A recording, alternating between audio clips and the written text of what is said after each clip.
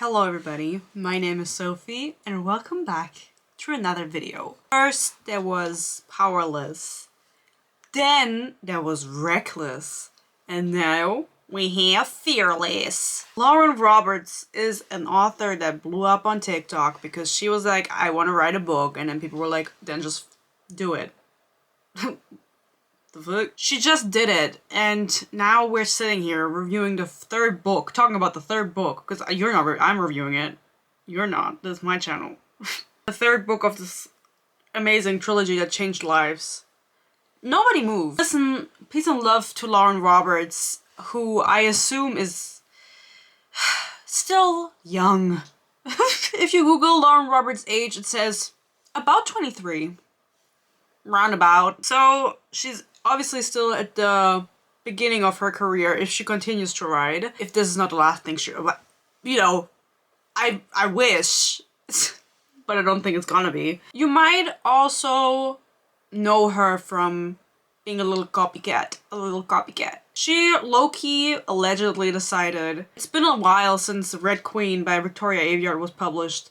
What if I just did it myself? Like, took the book, took the plot, and just published it again. I remember that her thing was saying it was a shower thought. Like, whenever she came up with a new plot point, it was like a thought she had in the shower. Girl, you were just remembering Red Queen by Victoria Aveyard. Well, allegedly. Of course, this is all just alleged. You cannot, or you can it's hard to prove. Plagiarism.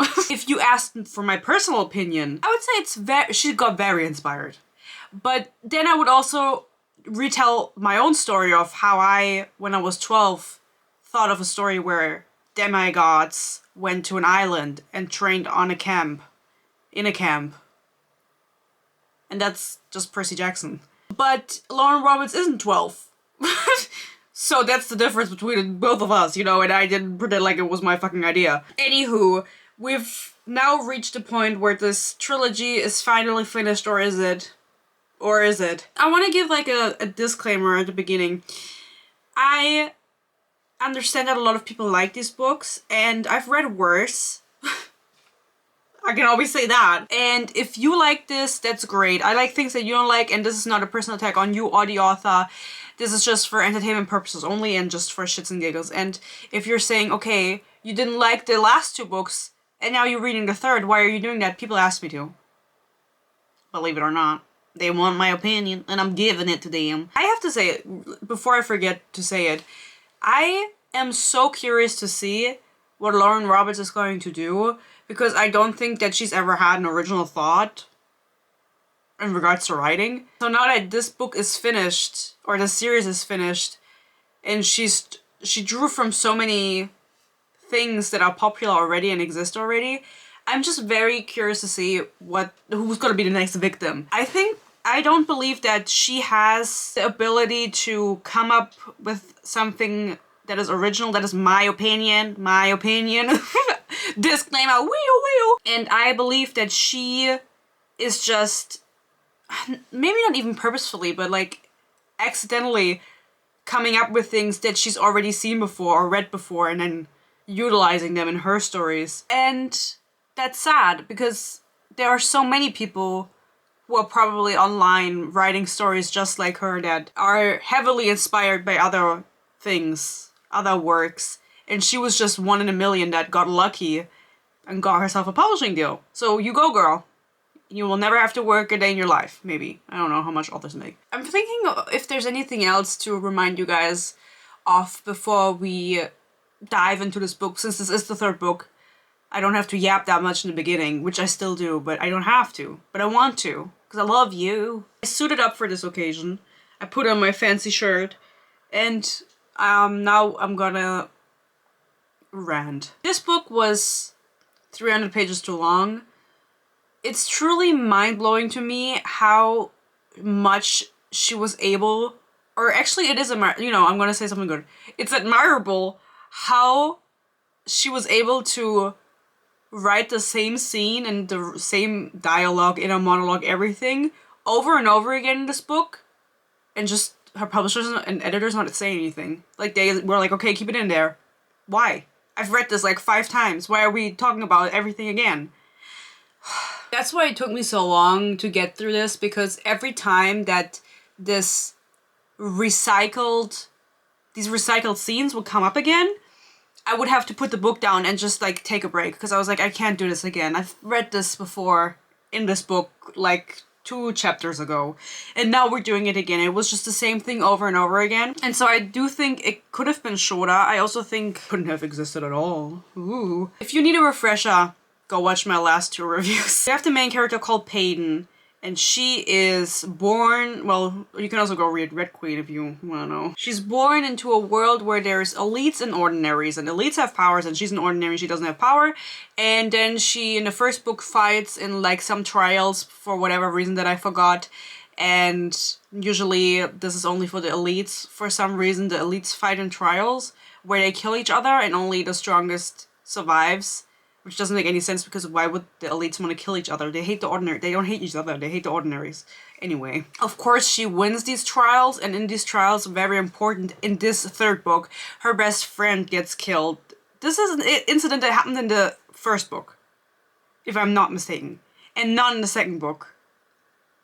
Anyway, just keep that in mind. She falls in love with the 2nd-born son of the king, who's the enforcer, which just means he's a cop.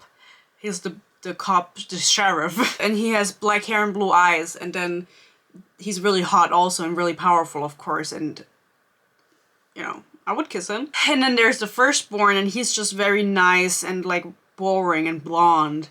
And he, Loki, also has a crush on her, but in this book he hates her because he's going crazy. If you don't know, if you haven't read Red Queen, there's also 2 brothers. It's the other way around. Like, the cool one is the firstborn, and the kind of like blonde, boring one, I don't think he's blonde, is the secondborn, and he's also very nice, and like people underestimate him, blah blah, and he also, spoiler, goes crazy. So that was maybe like a little bit coincidental that this book has a brother who goes crazy after being put on the throne, and then Red Queen also has a brother that goes crazy after being put on the throne. That's so crazy that like that happens in both series.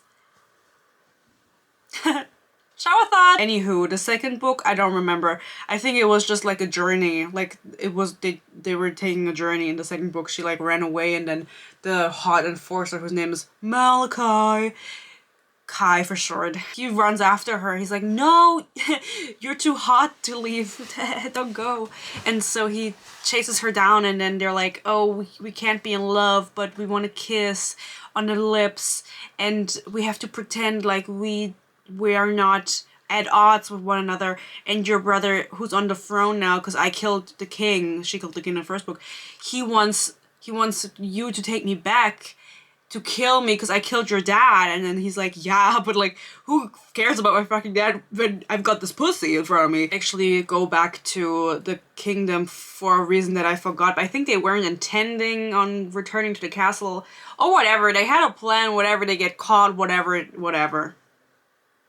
I really don't give a fuck. But that's what they did in the 2nd book, and none of that is actually relevant in this book, because you could have left out the entire 2nd book. If I'm you know, I don't want to lead myself out of the window, because I'm telling you to go watch my other 2 reviews, but I didn't rewatch them to refresh, so this is like, I really didn't remember anything. But that just shows you how boring the last 2 books were, that I genuinely couldn't recall anything. I think the most important thing is that the best friend was killed, and I am so sure that happened in the 1st book, and then she ran away in the 2nd book. Like, the fucking friend wasn't killed in the 2nd book. I cannot believe it. She was not killed in the 2nd book. I'm gonna stand on business. I'm gonna say she was killed in the 1st book. In the 2nd book, she mourns her Loki. In the 3rd book, she starts mourning her Heike. It was like in every fucking chapter, she was like, I miss my friend. My friend is dead. I see her dead body in front of my eyes. It's like, okay, did you not do that? Did you not see her in the 2nd book? Were you busy fucking that fucking man? The cop? A cop. Yeah, I don't remember what happened in the 2nd book again, but they don't connect with any of the surrounding nations, because I do remember that she went to a different nation to hide, and then they returned to their kingdom, to their nation, And that's completely irrelevant. Like, the other nations are completely irrelevant. I don't know why she's trying to force everything into this fucking book. I don't think that this is the last book. There's either gonna be a whole... I think it's gonna be a novella. She writes novellas, bitches. Bitches? Why did I call you bitches? What the fuck? She wrote novellas, and I haven't read any of them, and I'm not going to. But I know the first novella is about the friend who dies and her boyfriend, who appears in this book, and I did not remember that that was a thing because I didn't read the fucking novella, and then that boyfriend also dies, so who gives a fuck at the end of the day? Not me. What else is there to remember? She doesn't have any powers, right, okay. Oh yeah, her dad was a healer, but he wasn't actually her dad, and he just found her on the doorstep, like literally. That sounds like I'm making a joke, but he did find her on the doorstep. So this man, the healer who was her dad, but wasn't her dad, was like, I'm gonna keep you safe. I love you, queen. And then he keeps her safe and is like, you have to pretend like you're psychic and you just have to be really observant. And she's like, okay, I can do that. And then he actually dies and she finds his journal in the second book. And then she finds out that the disease was a lie because they thought that there was a disease that the ordinaries have in them that makes the elites weaker. I don't know the logistics of that. I don't think they know either, if I'm being honest. Because how I don't really know how that's supposed to work. Doesn't matter. It was a lie that the king spread because he wanted to get rid of all of the ordinaries for no particular reason. He was like, we're just better than you because we have powers and you don't, so we're just gonna kill all of you, which doesn't really make any sense to me because wouldn't you want, who's gonna do the labor? Did I say that before? I feel like I've made this point before, but I'm still confused on it. I'm just remembering now. I'm just so confused. Doesn't make any sense to me why he would want to kill the ordinaries who are doing all the basic labor. Because obviously the elites are better and they are not supposed to work, you know? And the ordinaries are like, just enslave them. I don't know what his deal was, honestly. I'm glad he's dead. So in this book, we have 600 pages of yappity yapson, and I can say that because I am a premium yapper. I'm part of the yapping club, but Lauren Roberts, honestly, she out-yaps me. And that is not a small feat. As I said, it could have been 300 pages less easily because conversations keep happening over and over again. Like her reminiscing about her dead fucking friend that nobody gives a fuck about anymore. And her being like, I don't want to kill people anymore. I'm a monster. And her and Kai being like, we want to fuck so bad, but we can't. We have to pretend like we don't love each other, but everybody knows. And of course it's an issue because at the end of the second book, she got engaged to Kit, who was the blonde one on the throne, who's going cuckoo. They got engaged because he was like, I don't even know if he says it, whatever. He's like, I'm gonna unite the kingdoms again. I'm gonna be better than my dad, and I'm gonna be really cute about it. And so we have to get married so people trust me because you're an ordinary and I'm an elite, and they think like that's a no-go. But I'm gonna be like, it's a yes go. So that's why her and Kai have to pretend to not be in love because she is engaged to his brother, who is her brother. Spoiler, it's incest. So I think the writing in this is really clunky, if that's the right word to use. I think she's not a skilled writer, which she's very young. It could, like, she could get better at it. Obviously, it's a skill. But I would argue that it's not a natural skill for her. Not saying it is for me either. However, I did write fan fiction at 12 years old that read exactly like this. And just because you're a reader doesn't mean you have to write a book. People find out that I have a YouTube channel about books. They're always like, so when are you gonna write your book? I'm like, why the fuck would I do that? Sorry. I'm a hater. I'm not a writer. Peace and love. So the first note explains the beginning of the book. I will read it out to you. It picks up right where the other book ended, where Kit is proposing to her or declaring her queen, and she's like, oh, I'm not really into this. I want your brother. And then he's like, well, our kingdom is fucked, so actually I want to open the borders and love everybody and, you know, accept everybody. Love is love. And she's like, Loki, your decree kind of eats. And so they get engaged, and she's like, I will kill everybody who touches me, but everyone's really dramatic because you can still why would you want to? I will kill everybody who touches me? Oh yeah, she does say that to everybody in the room, like to all the elites, because they're like, how can you marry an ordinary? And she's like, I'll kill all of you. I'll kill all of you. Everyone's really dramatic because you can still be with Kai. You wouldn't be the first to cheat on their husband. And that's true. Just looking at the things that I marked, I'm remembering that there was a prologue with two people meeting in cloaks, and she goes, this second shadowy figure speaks like gold, comma, rich and soft. Nee. I don't know what this prologue was about, and I don't remember who was in it, and now with the like greater context, I still don't know what this was about. Speaking like gold, rich and soft is also a very odd metaphor to me, and that just showed like it's one of those things where I'm like, oh, you can't ride. I watch Peyton through the gaps of the gawking crowd, just as I will for the rest of my life. I'll be forced to spend my days at her service, but never at her side. In her shadow, but never truly seen. In love with a girl I'd have bowed to long before she came my queen. This is from Kai. He gives me the ick. He gives me the biggest ick. He is doing too much. He needs to find a hobby, follow that hobby, find friends, and leave that poor girl fucking alone. Every chapter he's like, she is my inavailable. She keeps saying that. She's my inavailable.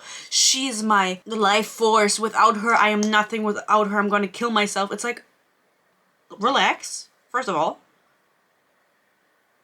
This is too much. He's like love bombing her, honestly. And she's doing it right back at him. I am no one's queen. Is that so? My fingers find her cheek before trailing down the smooth slope of her nose. Heh? Dan, you have no idea how much power you hold over me. You got the power over me! Absolutely not.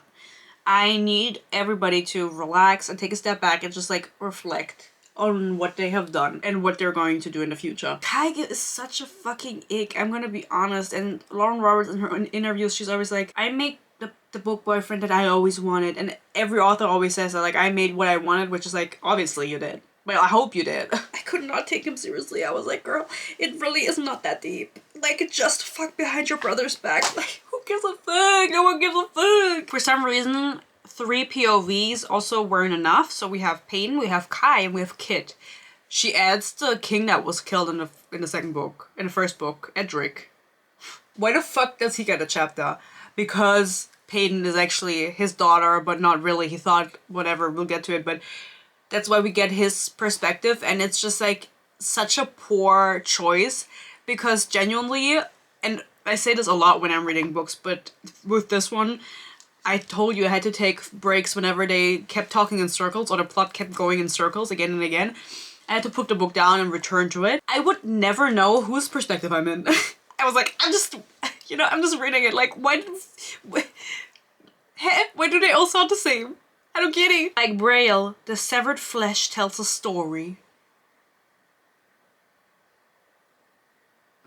They have Braille in this fantasy world, and they have God, unspecified God, but they also have death, which is not a god, but also not the devil. So how does the belief system work exactly? With prolonged exposure, the disease was said to weaken the powers of elites. And since becoming your king, I have discovered this story to be a lie. He's making this decree. As I said, I think that was the disease she came up with. It's okay, you know, but again, why the fuck did he want to kill everybody then? It's just, still doesn't make any sense to me, but I guess it doesn't have to make sense. So then he also is like, you guys don't want me to marry her, to the court. He's like, you guys don't want me to marry her.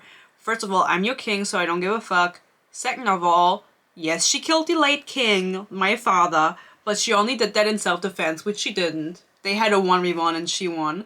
So I also don't know how she did that. I don't remember. But I remember he had a really ass power, which was like being really strong. And it makes me wonder like why they wouldn't just have the strongest person, like with the strongest ability, be king. If it's like such a big deal to them. Let me read this out in a creepy way to you, okay? We both know it will make We both know it will take more than a locked door to keep me from you. Privacy. I'd be in this bed beside you if my brother hadn't slipped a ring onto your finger. Please. Stay away. I hate him. Just imagine if a man was like, stay away. Don't get too close. He keeps calling her darling, and I'm not sure if he or like his family is meant to be British, right? Because I've never heard an American use darling as a endearing name. I'm sure they do it. Okay, don't be offended. I'm sure they do it. But it's just like my mind goes to the British. British. And speaking of words that are overused in this book, get ready for this. There are just some words that stand out when you're reading, at least to me, because it's like a pattern, or not a pattern, but it's just like words that you wouldn't normally hear or read. It's like obvious that either the author thought of it while writing, I was like, I have to include that, or maybe they looked up a synonym of another word because they didn't want to keep reusing it, and then they found this word and then they kept using that one. We have darling, of course, because that's the nickname from Kai to Peyton, and another word she kept using was rickety. Rickety. Okay, you can use rickety if you use it like once. She does it like 5 or 7 times. Not 6, it's 5 or 7. And I was just like, okay, it's rickety. Like, different things are rickety. Rickety, rickety. So I read it for the first time and it comes up another time, like, didn't I just read this word? And then it comes up another time, like, why the fuck does she keep using the word rickety? She uses the word fuck twice. Only twice. To a point where the first time I read it was the second time it came up, and I was like, is this the first time she's cursed in this book? No, it was the second time. The second and the only time that she used the fuck word. The F word. Which is also like, it stands out, right? It's like, then why didn't you just make them swear? You either commit or you don't commit. And she didn't commit. But this is supposed to be YA, so that makes sense. But then it's like, why did you use it at all in these 2 incidents? You could have used like, damn. Bloody hell. And then my favorite. I know you're on the tip of your toes. No. How do you say? On the edge of your toes? What? My favorite part was when there were 5 different instances where she decided to describe the king as kingly.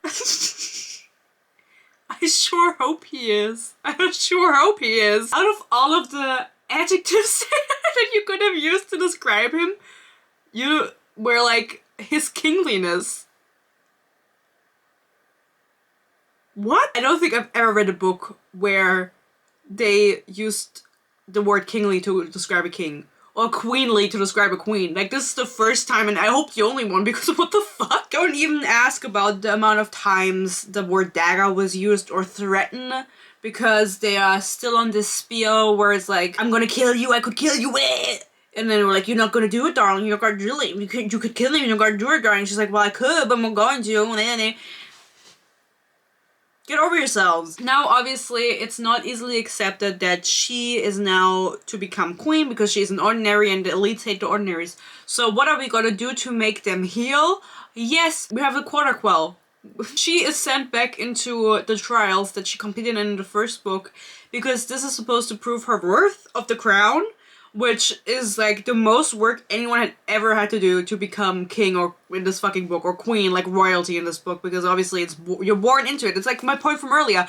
The kid from this book, the king now, his power is like fire and water. Boring. Boo. Tomatoes, tomatoes. So why the fuck were people not like, no, we want Kai, your brother, as the king, because he's way stronger than you? Why isn't it decided that way if having power is such a big part of the world? People want to send you back into your own trials. Oh no! No, please don't! This takes up like 30 to 60%. So it's like the whole middle of the book, I would say. And I was like, why are we still going after that? I was like, okay, the trials are over. She won. Why is there more book? Why is it not over? First trial, she goes to the desert and gets a crown, but it's a little bit scary. Very much like, she gets this crown, it's like dangerous to get it, it's in the desert in a grave that no one is able to find ever, and she's able to find it, and then there's like bandits spawning in the cave that no one has ever been able to find. I think Kit maybe had sent them because he wanted to kill her the entire book, and like whatever. You're literally engaged to her, like that was your fucking idea. Why the fuck do you want to kill your fiancé? What is this? Chill. And then she kills these bandits, obviously, returns to them with the crown. That was her first trial. She had to retrieve it. And it's very much like she strives into the room and puts the bloody crown on her head and is like, you should see me in a crown as writing. This whole book honestly is like Badlands Halsey vibes, but not in a good way. Like not in a nostalgic way, but in like a we're stuck in that time way and I'm having a psychosis breakdown. Bandits have wished to find her crown for decades, but even they have been scared away from the crypt for reasons that are unknown, and I still don't know them after finishing the book actually. So why they were scared away, only the god of this book knows, whoever that is. Oh yeah, her fucking dumbass is in the crypt retrieving this crown off the dead body of this queen, the first ever queen. She's laying there and she's like in the dark in this cave, finds the queen's tomb. And instead of like figuring out which way she's lying by like touching the top and touching the bottom, it's described as forcing my hands to climb higher still, pelvis, spine, ribs. If you know where her pelvis is, just reach up and grab the fucking crown. Why do you need to touch all her fucking withering bones? She's like, oh, I'm choking. The bones, they're turning into dust. I'm touching them. I'm so freaked out. You don't have to be doing this. Just get the fucking crown and leave. I take a slow step back, swallowing a scream of fear and frustration. Bandits. Thanks for getting that crown for us. Now hand it over, one of them grumbles. Voice like gravel beneath the bandana covering his mouth. Don't you write bandana with one N? And if you're quick about it, we might not even take that shiny ring off your finger. And it's like, then she takes them out one by one like a fucking cartoon. They're just waiting for their turn, like she's in a fucking anime, and everyone's just standing around and like watching her fight one person and then she's fighting the next. She herself goes, so unlike the claiming feel of his brother's touch, in parentheses. Are we sure she likes Kai and she isn't just like being manipulated into a relationship with him, because he's not really giving, you know? He doesn't want to give her privacy. He's gonna kick down the door to get to her, even if she's like, what are we doing?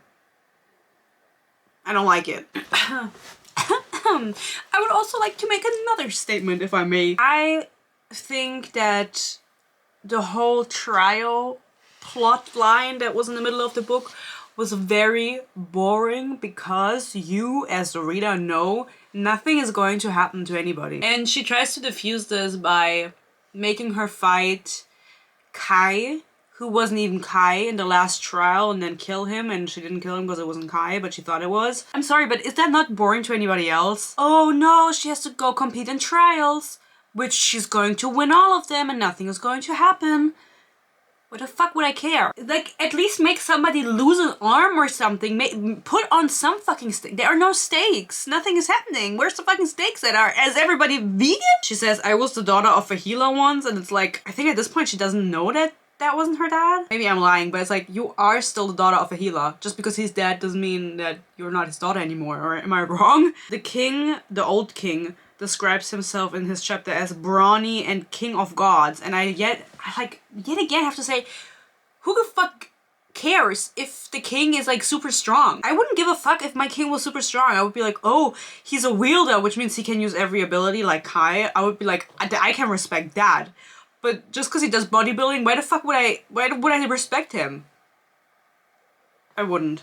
I would disrespect him. Her second trial, if you're wondering, is she has to sail across the scary sea, and she has to deliver roses to another kingdom that's across the sea, and basically like plead her case and be like, well, we're trying to be better and open the borders up for ordinaries, blah blah blah. Love you, is also what she says. This is like an excruciating trip across the shallows, which is the sea, which I'm sure there's a book in the beginning of the book, a map in the beginning of the book, which I didn't look at, because who am I to look at maps? I don't even look at a map of our own world. Why the fuck would I look at a fantasy map? This is a treacherous trip where she's of course with Kai, and they are like, no, we're not making out in secret in our cabins, but everybody knows. And the crew doesn't fuck with her. They want her dead because she's an ordinary and not an elite, obviously. And they make an attempt to kill her on their way there, but Kai saves her and kills all of them, and then they confront the captain and he's like, sorry that happened, like, that wasn't my fucking fault, like, I'm so sorry. And then Kai is like, fuck you, Mista, because it turns out he's a hyper, which all these abilities are so silly and goofy. He's a hyper, so he has heightened senses, and so he knew that it was happening and they were trying to kill her, and he just didn't interfere because he also wants her dead. And then Kai is like, I'm gonna take care of him once we return. And if he did or not, I don't know. I don't think so. Like, I don't think we talk about this again. And I think this is a good point in the video to say that I didn't read every single sentence of this book. It's just, I'm so sorry, but whenever they started talking again, and this is like at least 50% into the book, and they kept having the same conversations over and over again about pretending not to be in love, and oh, it's so terrible to kill people, it's so hard on us, and my best friend has died and I miss her. Whenever things came back to that, I just started skimming at this point onward, because I was like, I gotta get this book done at some point. Sorry if I missed that, but I don't know what happened to the captain, if he actually killed him or not. But I hope he's doing good, you know. Free my man. Well, many people believe Astrum existed long before Ilia. There, they live in a constant state between dawn and dusk, thanks to the separated lovers, the sun, Solis, and the moon, Luna.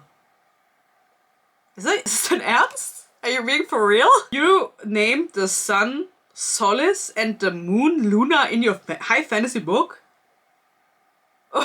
Okay. Okay, why not? What a boring ass name. Like, come up with something. Like, you're trying to come out with lore and you name the moon Luna? The fuck? Also, this Astrum or whatever the fuck I just said is something that keeps coming up. I actually don't know what it is. If it's supposed to be a landmass or shadows or death. Either there were words that were very similarly used in that context, or they were different, or I just don't know. But I thought that Astrum meant death. Or like shadow or like something, which apparently it's a landmass, now that I'm rereading this with you know, the sun and the moon. And I think that she's gonna write, or maybe she's gonna expand on her universe with other people, because we do get an epilogue that's like 5 years later. So maybe the child that they have a daughter, and you will never know, or you will never guess what the daughter's name is. And you can guess later.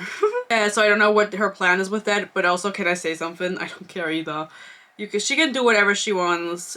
People can do whatever they like. I don't desire their validation. That just came to me, guys, because when I was 14 years old and I read Shatter Me for the first time, Aaron Warner says that, and I thought it was so cool, and I like had it as my Instagram bio because there was like a bunch of big words in that quote, and I thought I was better than everybody because I knew those big words at 14, because I'm German, by the way, because you were wondering. They arrive at this other kingdom, delivering the roses, and as they are docking, she says to Kai, I have no idea who to be or what to say. And I just want to point out that they have been traveling for 7 days on this boat. It took them 7 days to get there, and she has no idea what to say. Why didn't you think of anything while you were on the fucking boat? Dumbass. They meet with the queen. She's really chill, and she's like a baddie also. She's like maybe, well, her age is supposed to be a mystery, but she's like cool, you know? She's like a cool queen. She's like sassy and a baddie, and she gets along with Peyton for no reason. Basically, she's like, oh, I like you. You're a little mean, and you killed some people, and you like have your own opinion, and I like strong women. And it's like, okay, like if that's all it takes for you to like me, I'll take it. And Peyton pleads her case. The queen is like, sure, we can do that. We can open the borders and allow trade. Why not? What I thought was an interesting choice is she's like, okay, Peyton, you can stay here. Everyone else has to sleep on the boat, but I'm gonna show you your room because I like you, so you get to stay in the castle while your ship is being repaired because it was like falling apart or something. And for some, and you have to, wait, stop. Lauren Roberts thought this random side character that shows Peyton her room, what kind of name should we give them?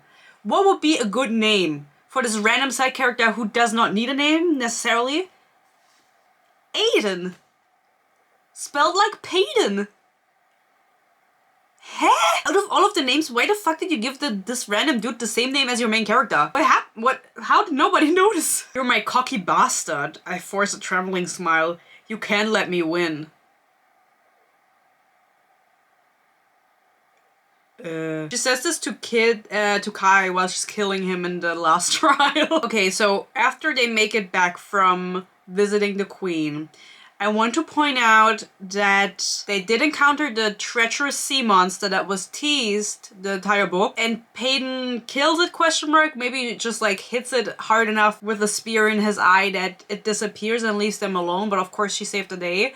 Very boring scene, no stakes again. I think that that's what made this book so boring, is the fact that I was never at once in fear for anyone.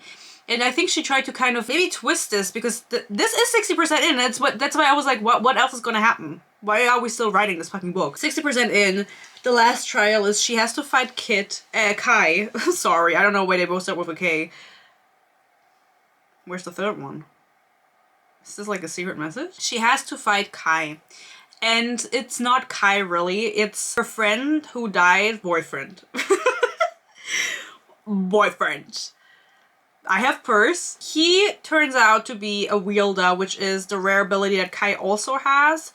So that's just why this fit perfectly, because he could pretend to be Kai.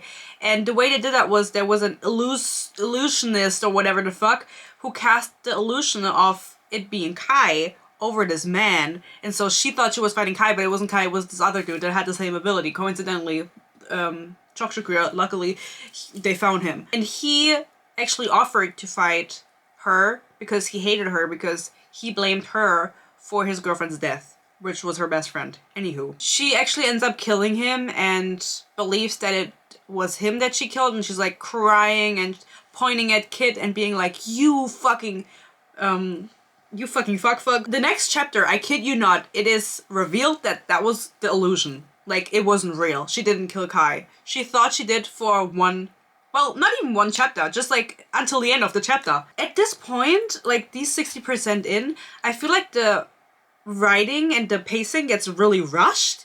And why am I so low? I have to sit up, I have to stand up. And why didn't you let me wander for maybe one chapter? Like just one entire chapter where she didn't know that she killed Kai and was like plotting, and then it's revealed, well, you didn't actually kill him. No. It's immediately at the beginning of the next chapter. It's insane. After this, they're like, okay, now we can get married because everybody sees you're strong, and we're just gonna say Kai is like super man or whatever, super strong, and didn't actually die, and everyone's just gonna believe it that they healed him or something. I'm not sure. Also, if you want to know how good this writing is, she writes, Kid coughs into a handkerchief. This worries me. Okay. What if he has the flu? Leave this man alone. Well, actually, he does not have the flu, and he should not be left alone. He is going crazy. He's seeing things, he's hearing voices. He actually has a master plan for the kingdom that is not including, like, well, he just pretends like he wants to make Ilya great again by opening the borders and having everyone live together and blah blah blah blah blah. But the reason he's doing it is because he wants to spread another plague to make everyone into an elite, because in his mind he's like, well, if everyone's an elite, I can just be the king of everybody. And I don't really get the reasoning for this plan either. Maybe all of the people who become kings in this world are just cursed to have ass plans. Maybe that's it. Anyway, we don't notice at this point, but he keeps seeing things and coughing and looking gaunt and shit like that, and it's like hinting that there's something wrong with him. Just like Maven from Red Queen. Oh my god. Oh my god. Shower thought! This book came out in 2025. It reads, my breath catches when Ellie pulls at the laces above my waist. Panting, I manage a mutter between my teeth. You didn't tell me I'd be wearing a corset. Another yank of the laces. I'm afraid you will have to get used to it, my queen. I gasp before Ellie finally ties off the torture device and guides me towards the mirror. Let it go. Honestly, let it go. Let it fucking go. Let it die! Now you're wondering, you know, this is YA. Do they fuck? The answer is yes, but off page. She decides to do it with Kai the night before her wedding to his brother, outside in the garden in a thunderstorm. Which is, like, it's definitely a choice. And when the dress slips from my skin, leaving only the rain to clothe me. Also, they sleep out there, soaking wet. Huh? She is a vision, something so ethereal in this moment that I may just believe there is a god. She is the closest thing to a deity. So is she God, or is there a God? And who is God? And why, who's the devil? Is there a devil? What religion are we following? They get married, they go through with it, and before the wedding, Kit gives her a jewelry box. And in this jewelry box are letters from his mother. No, from the lover of his mother. So now let me tell you the backstory of everything. I can't wait. This is from the recollection of my mind only, so I apologize for any mistakes, and I take no responsibility.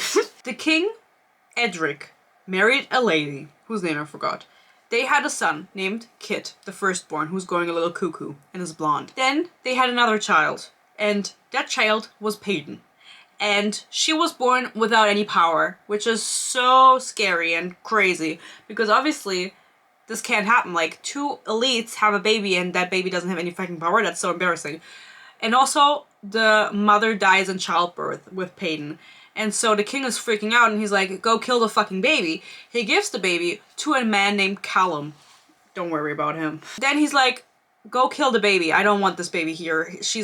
I hate her. Like, I love my wife and she killed my wife and she doesn't have any power. She's a fucking bitch. And so Callum is like, yes, mister, I will go kill the baby. But he doesn't end up killing the baby. He puts it on the doorstep of the healer dude, who she was the daughter of a healer once. That is the healer. She's no longer his daughter at this point. Oh, at that point she believes, because he's dead. So, you know, then you're not the daughter anymore. Or whatever. So then the king is like, oh my god, what am I gonna do with my life? And his advisor was like, I have a daughter who has a son and he's really strong, and that son is Kai. You can marry her and tell everybody that Kai is your son and that the other queen died in childbirth with Kit, and you can just like not tell anybody that you had a daughter that didn't have any power. And so the king is like, you know what? Why not? Why not do that? Like, that's a little silly, I'm gonna do that. They end up getting married and he raises Kai as his own, but he is not his son. The only biological child actually that the king had is Kit, because Peyton was the result of an affair that the queen had with Callum, who was supposed to kill the baby. Callum is a mind reader and he was part of the resistance, but he was like faking it. And I didn't really get everything with that, and it doesn't really matter because the resistance really doesn't fucking matter. Who gives a fuck anymore? But basically, Peyton and Kit are half siblings and she has no relation to Kai. So Callum was still around and she finds these letters from Callum to the queen in this jewelry box. That's how we got here. And recognizes his handwriting, and he comes up to her and he's like, oh my god, you know, because he's a mind reader, he can read her mind. And he's like, oh my god, you know, and she's like, yeah, you motherfucker.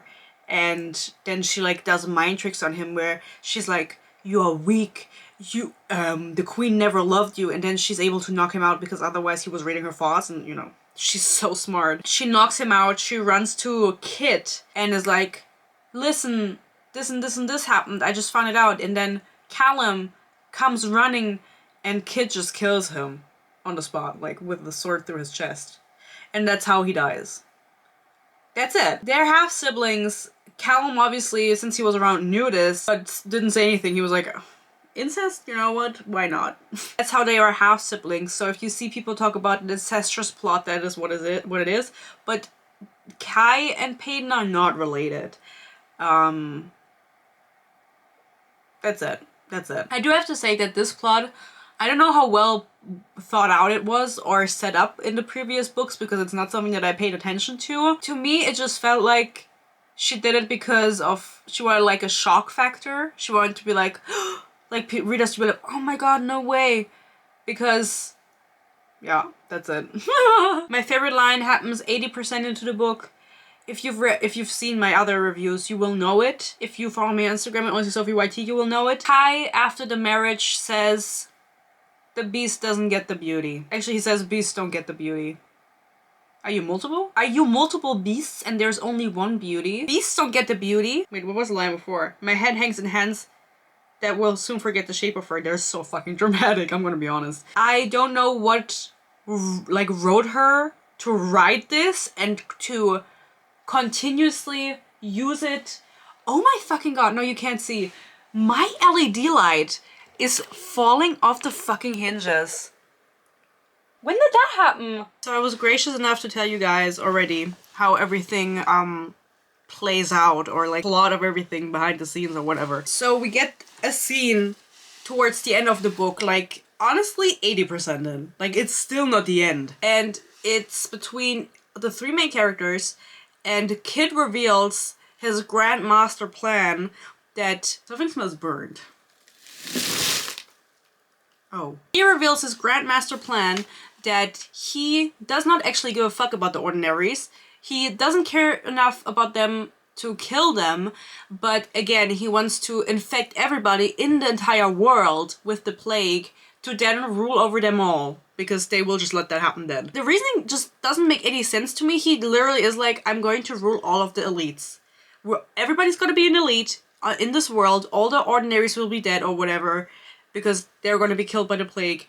And then I'm just gonna rule over them all because they're just gonna accept that. Why? Heh? Anyway, not very well thought out, but he also reveals that the plague was man-made, and it was because the kingdom that they are in was like fighting a war in the past and were losing. And so the healers or scientists or whoever the fuck made a plague to boost the abilities of the army. And it turns out it was a plague that gave special powers to people. And so he was like, okay, so then everybody can be plagued. Like, you gotta make a better plague so everybody gets superpowers and I can be their king. I really don't get his point. I mean, you know, men. Also, at this point, you can see the LED lights hanging in the back. Everything is falling apart. I'm a little bit scared. Am I haunted? And so that's what has been happening behind the scenes, what he's been doing this entire book, and also the reason why he is sick, because he has been the one taking, for whatever reason, dosages of this plague that they are, where the healers or scientists, I think he says the healers, were forced by him to make. And he was like their test subject, but he already has powers from the plague, so he was an elite taking another dose of the plague to see what it would do, and it was killing him and making him go insane. Yeah, so that didn't work out. He then freaks out and tells Kai that he's a son of a bitch, which he is. He's a bastard, which he is. And that Peyton is the reason that they're not close anymore, and that all he ever wanted was to be close to his brother, but his brother fell in love and then left him and doesn't love him anymore or whatever, and he's a little bit mad about that. So much so that they start fighting and Kai kills him. He kills him on the spot. He's like, you were supposed to dodge, and he's like, I forgot, whatever that means. And then he says to them, as he's sobering up, because he was crazy back then, go read my letters, I wrote you letters. It will explain why I have become a monster. They don't. In those letters, everything that he just explained before he died in his monologue is just written out again. So we just get it double. Thanks. Waste of space and paper, but I thought this was a good time to compare writing. I want this to be fair. So the writing that we're opposing is Kit's letters in this book versus my mental breakdown I had when I was 13 and my Minecraft boyfriend didn't talk to me anymore. Eden, did you watch the light leave his eyes? Those are my eyes, but you knew that. I am angry, but you knew that. And then this is crossed out. And yet, part of me is still trying to hate you, but you knew that. Mind force is coming for you. Run. Now my turn. It's been 12 days and I'm slowly getting better. I'm not crying anymore and I don't think about you all the time. But I don't want to stop caring. Apparently, blank misses me a lot. I don't really know what to say about that, since he most likely only misses my company. What else would he miss? What was the point I was trying to make? Servants gossip beneath my window. Everyone thinks I've gone mad, and maybe I have. It's been 13 days without you now, and I was able to check to it off. You seem alright, and I'm glad you're happy. But I wonder what goes through your mind when someone says my name. We're not done. Brother, when was the last time I called you Dad? It's strange not sparring with you in the mornings or visiting Gail to see who can get away with snatching the most food from behind her back. I miss us. No titles, no duties. You left your mission 2 days ago, I see in the LES. I can't help but wonder if you will return. Do you love this version of me enough? Is that even fair to ask? It's been 15 days without you now, and my feelings haven't changed a single bit. A fact about me that I'm learning to hate and miss you more than I can say. Please be careful with me. Sometimes I just get sad and I don't know why. I'm sorry. Stop holding on to something that's not there. Anyway, he kills Kit. They read these letters that give us absolutely nothing. Go King, give us nothing. Very kingly. They just make him king. I don't know what they told everybody because they find him in the study with Kit in his arms, dead, with like something through his chest. I don't remember what it was. And everyone's just like, fuck! Well, thank God we have another one. And they make him king. He marries Peyton. And then they're like, well, we're gonna have him be remembered as a great king who wanted to unite the kingdoms, but sadly was sick and died, or something like that. I don't remember. The queen, the badass queen, sassy queen that I told you about earlier, sent a letter and was like, I know that you sent me roses as a gift, but they were laced with the plague. I forgive you. Bye. So I'm glad we got input from her. They marry, and then my favorite part is that we get a 5-year time jump, and I started because I genuinely can't believe that it was 5 years and not like 5 months. This entire book, if you are a fan of this series, right, you got to read about Kai talking shit while trying to be cute, but like just really giving me the ick. Being like, she is my dream, my innovatable, I want to fuck her. She does in the rain and the thunderstorm on the blanket outside, catching a cold. Probably an STD too. They pine for each other, they want to be together, they can't, which I didn't buy it, but anywho's, just for it in the end to be like, well, now they get to be married, you get to see their wedding in like half a chapter, and then you get a 5-year time jump, and that's it. You don't get them to see, like, you don't get to see them be happy and together openly. You're just, you know, you're asking for too much. The 5-year time jump is very good.